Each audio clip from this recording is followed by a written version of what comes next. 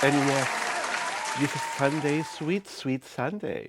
This is Alwin Ignacio, the diva that you love, together with my kumaring Ultra Maldita. Hi, this is Alex Brosas. Of course, you are watching the Kitty Show, ang Taray na Talakyan Showbiz Edition.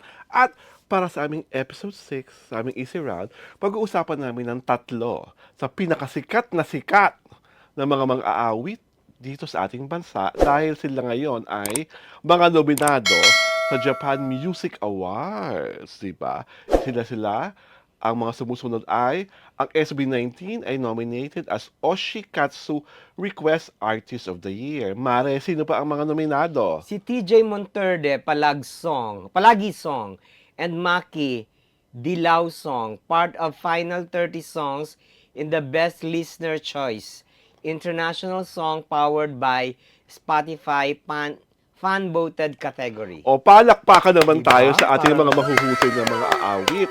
Ako, pinapakinggan ko talaga ang mga kanta nila ng SB19, ni TJ, at syempre pa ni Maki. Di ba? Yung Maki, cute. No? Oo. Gwapo. Oo, di ba? Diba? Tsaka so young. Yes, so young and so fresh. Ah, what? Parang, may, may,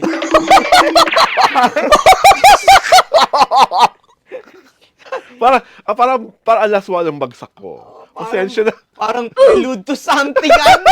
Explosive! My God! And speaking of explosive, ang member po ng SB19 na si Justine De Dios ay magkakaroon ng special participation sa paparating na Sangre. At kasalukuyan sa YouTube, pinapalabas ang mga individual podcasts ng grupo. Nagsimula na kay Stel, Oh. at sumunod si Pablo, at coming very soon ang the rest of the boys talking about their personal struggles as part of being SB19 and how they feel about whatever popularity they have right now. Yun ang mga nangyayari dito sa grupong ito. At si Felipe is just very recently, nagkaroon siya ng special show na solo niya sa Cebu as part of the promotion for a certain toothpaste brand. And then, they're also, parang konti na lang, sold out na rin po ang day 2 ng kanilang Damn concert. simula at waka concert sa Philippine Arena. At Direk Julius Alfonso, sabi mo, manonood tayo ng first day. Hindi mangyayari. Direk! Please! We'll go as far as Bulacan? As far as Philippine Arena for SB19. Bulacan man Oh yes, Bulacan. Talagang, we were just like chatting the other night. Parang meron siyang mga friends na i-give up ang 3 tickets for day 1. Nakabili na ng day 1. Kasi gusto nila sa day 2 manood. Ah, bakit? So, Siyempre, day 1 dapat. So ang gagawin ni Julius, kasi kaibigan yan, he's going to get the tickets para makapanood kami. Para makapunta kami ng Bulacan. Alang-alang sa SB19. My God! Malala ang pagmamahal sa Inay ko SB19. po.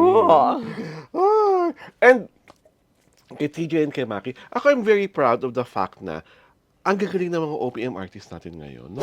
Yeah, ako naman, I must accept it and I must admit it na noong una, I was asking, sino to si TJ Monterde? Yes. Na yung pala, jowa pala ni KZ Tandiman. Yes! Oo. Ngayon, I didn't know palagi because stupid that I am. Kasi hindi ko naman alam yung mga title ng mga kanta. Pero naririnig mo. Tapos naririnig ko na. Siya pala Tapos, yun. oh my God, so this is palagi. Ito pala yung title. Oo. Tapos, ang singer pala ay itong TJ Monterde. Yes. Oo. No offense man, TJ, pero I doubted na makakaya mo yung 1, 2, 3 nights sa Araneta Coliseum. Siya ba yun? Pero, oo, pero nagawa niya dahil. Di ba si Maki yun? Hindi! Si Di TJ ba? yun! Okay. Ano ka ba? Naloka ako. Sabi ko, ay, oh my God.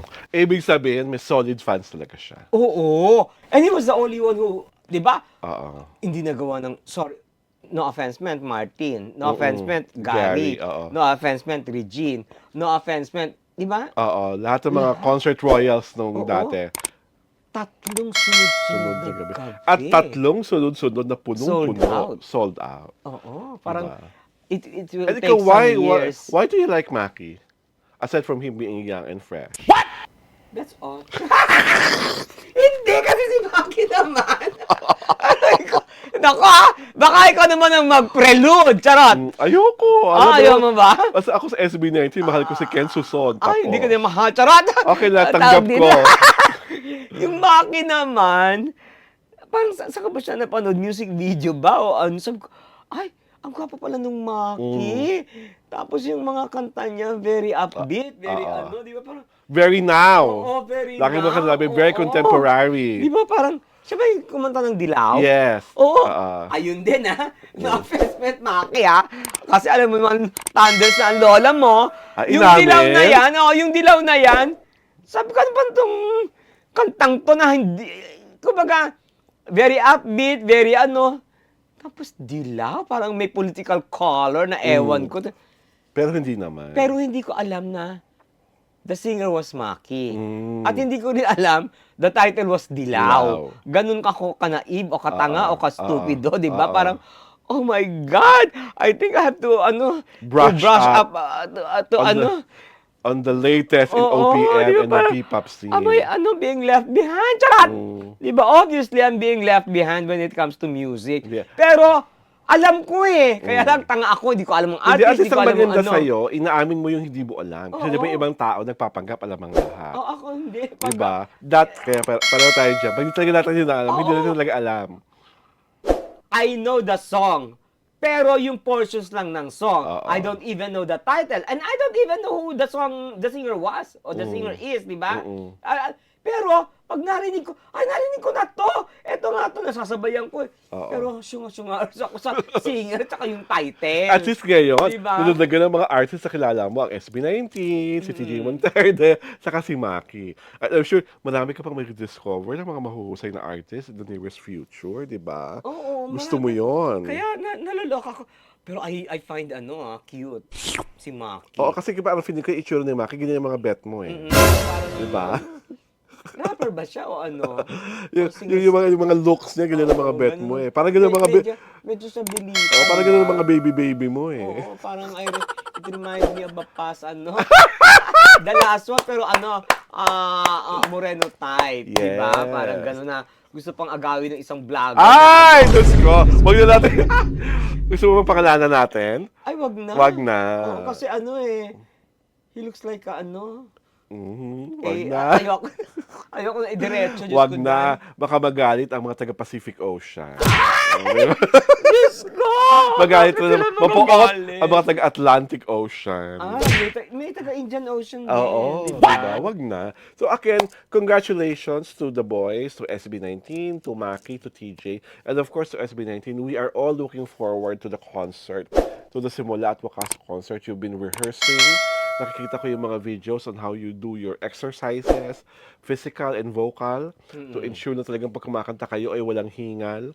And we have already showed all the teasers of the music for the Simula at Wakas album. Alam mo itong mga bagong singers na to, these are relatively new, di ba? Relatively new and relatively young. Oo, young.